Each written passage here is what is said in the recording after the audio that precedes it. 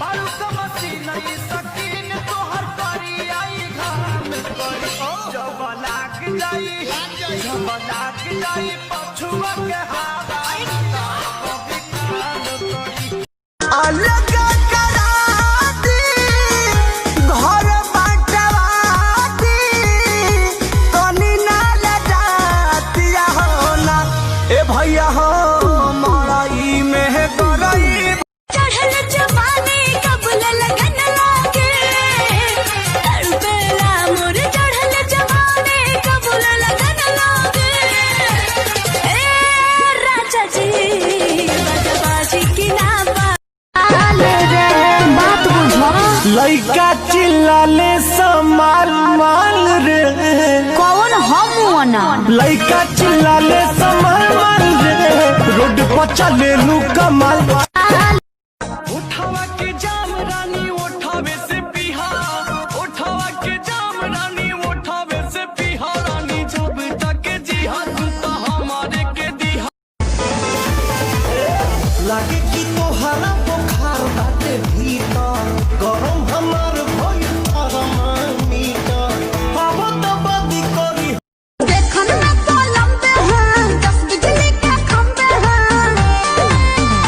बाकी का बनाओ तारे में जाने बजी हमारे पार्टी दे बजी जैसे दिया पर देखन मैं दुनिया से चला जाऊं कभी ना लौट के आऊं करोगी क्या अकेले तुम बताओ दिलरुबा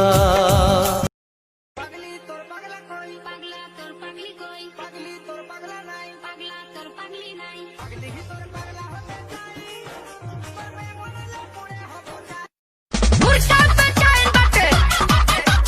मुर्गी के खोजताते मुर्गा पे चाय बाटे मुर्गी के खोजताते कपाही से करताते कुकु ओकु कुकु ओकु कुकु ओकु कि केने गइल रे मुर्गिया भाभी भाभी कह के है फायदा उठाया काजल बस तू नाम बता। मेरे को क्या पता मेरे मलिया के गलिया पर रंग साला को बोल लगा तुझको ही दुल्हन बनाऊंगा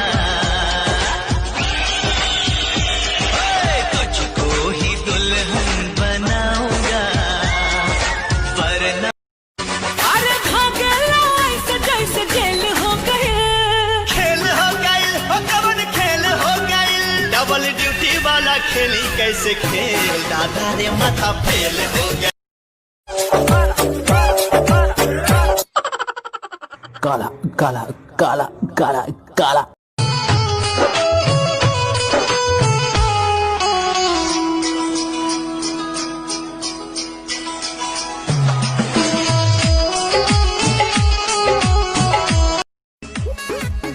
तनी समझा हमारो मजबूरी है जान नहीं रोवल गावल इतना जरूरी है जान